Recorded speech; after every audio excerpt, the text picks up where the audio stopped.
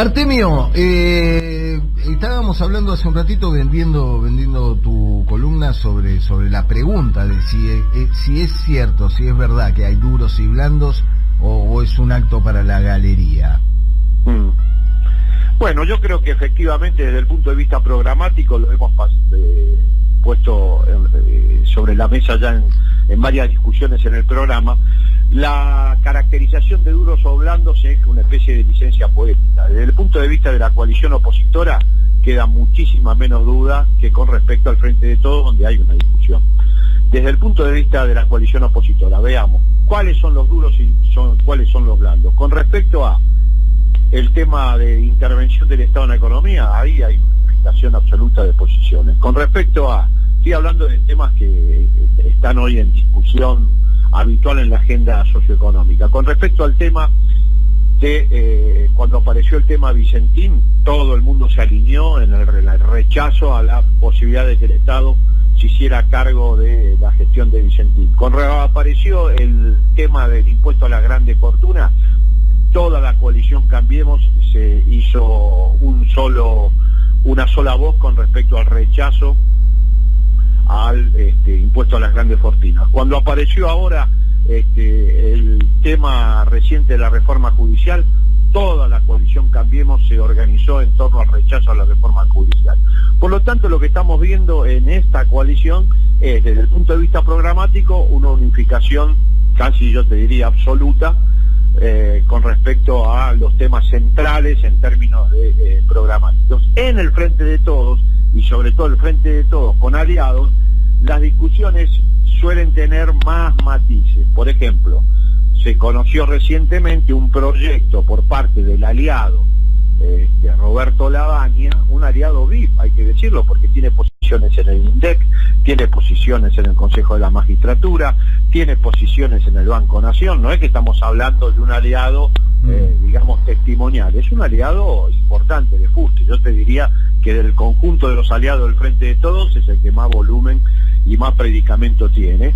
Una reforma laboral que está en la antítesis exacta de lo que el kirchnerismo realizó durante su gestión de 12 años y lo que programáticamente plantean los referentes centrales de los abogados laboralistas vinculados al kirchnerismo, Héctor Recalde, Mariano Recalde, el ex ministro Tomada, con respecto a lo que efectivamente la reforma laboral, a la que rechazan abiertamente. Sin embargo, Lavagna la propuso como una alternativa a considerar.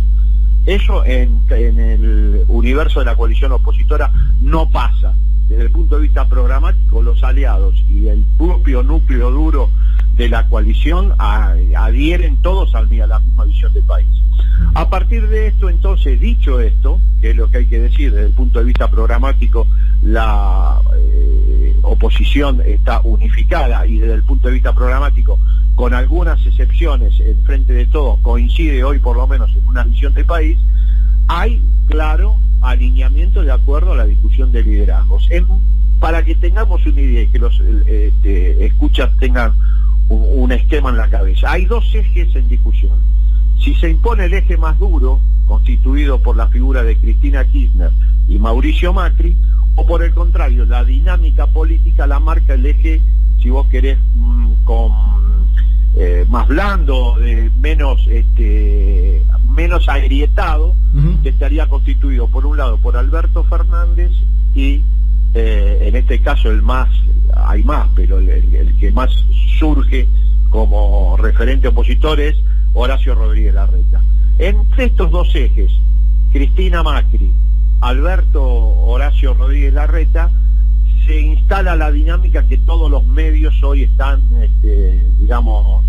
analizando para observar cuál va a ser la evolución futura de la dinámica política en el país. Sin embargo, yo creo que lo que va a predominar en esta circunstancia es la unificación en torno a proyectos de país.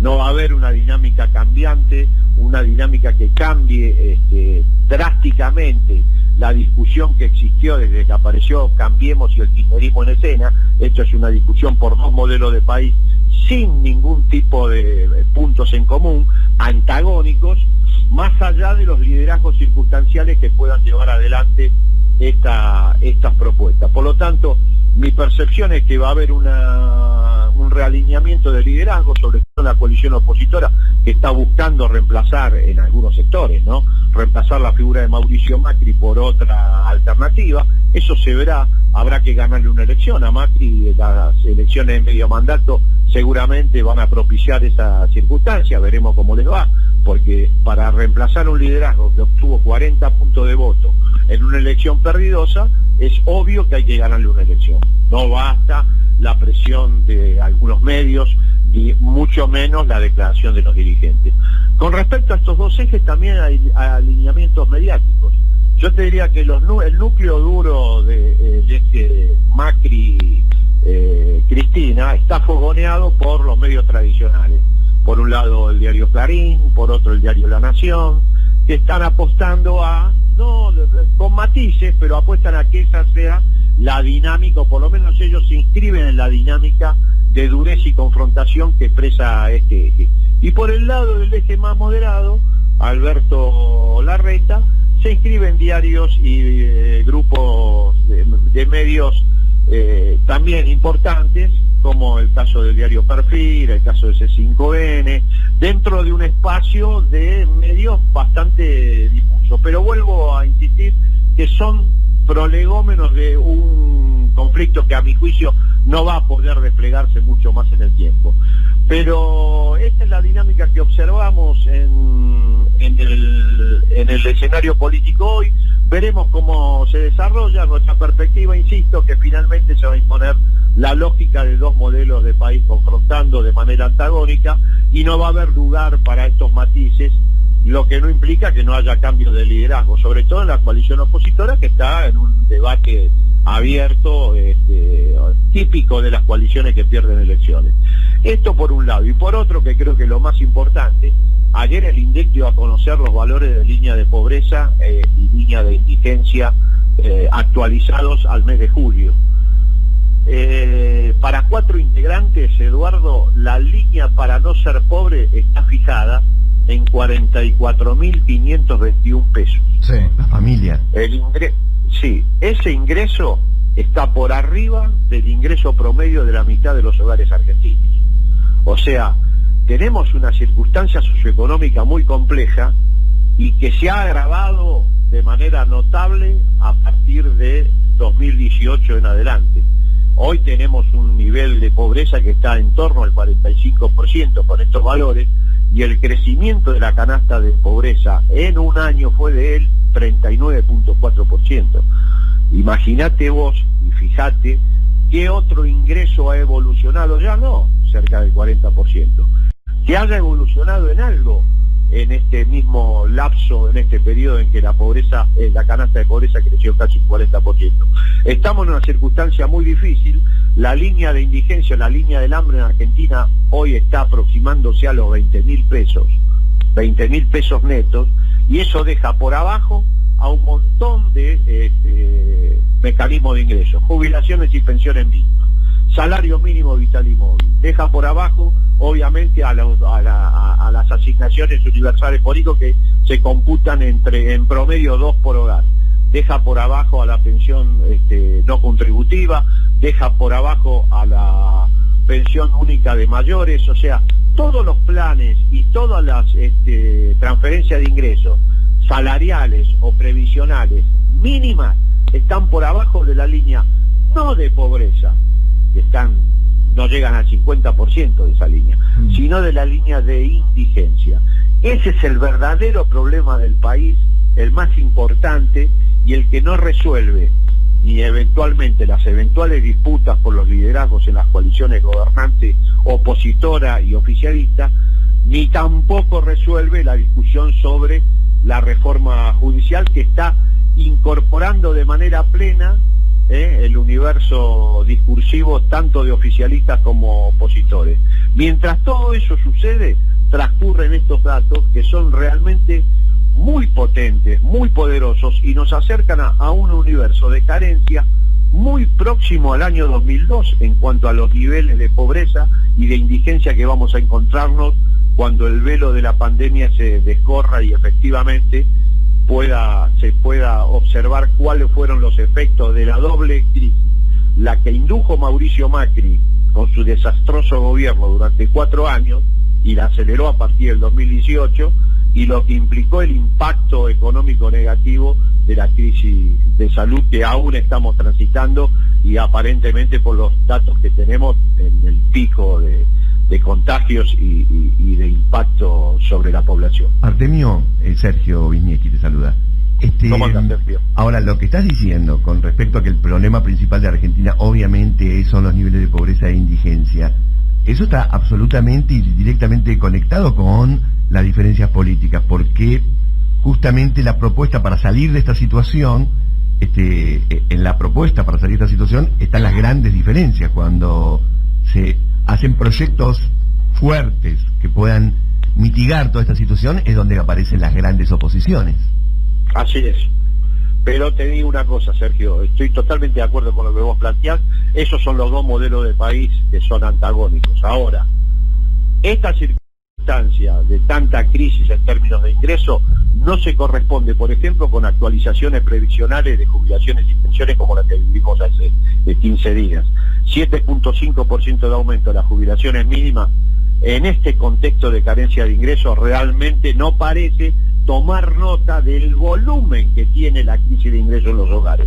Estamos frente a una circunstancia muy difícil que merece opciones drásticas con respecto al tema ingresos, porque si no nos vamos a encontrar con un panorama socioeconómico de muy difícil administración, porque el problema del hambre en Argentina hoy está claramente instalado en el terreno de la política económica, no de la política social.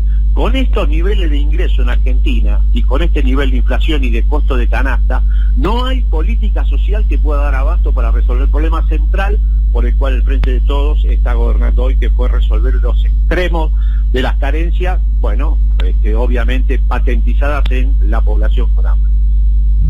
Hoy estaba leyendo, Artemio, que en solo creo que un mes o 5 semanas que se abrió el registro de trabajadores de la economía popular, se anotaron casi 500.000 de personas, ¿no? De gente precisamente que no tiene, ¿no? Que quedó como por fuera del sistema blanco, digamos.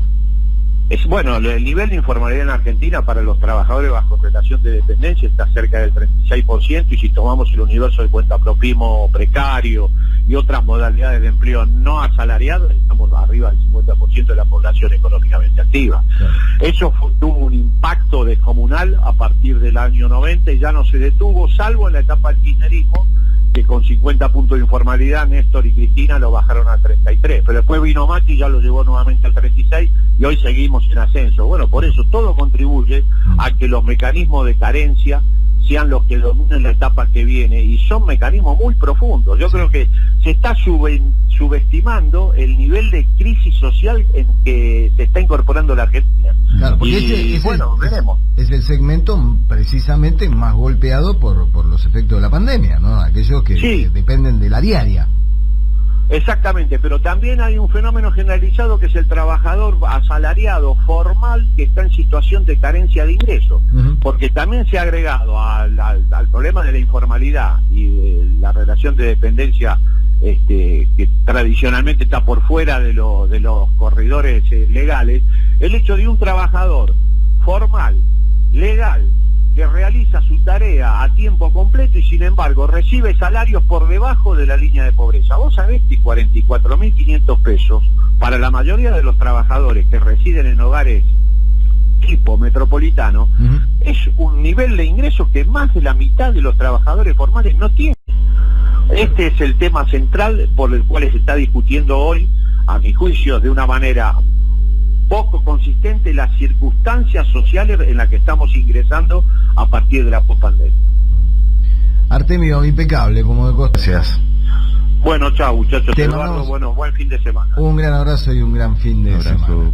Artemio López, analista que es un lujo tener en este programa, contando, bueno, cifras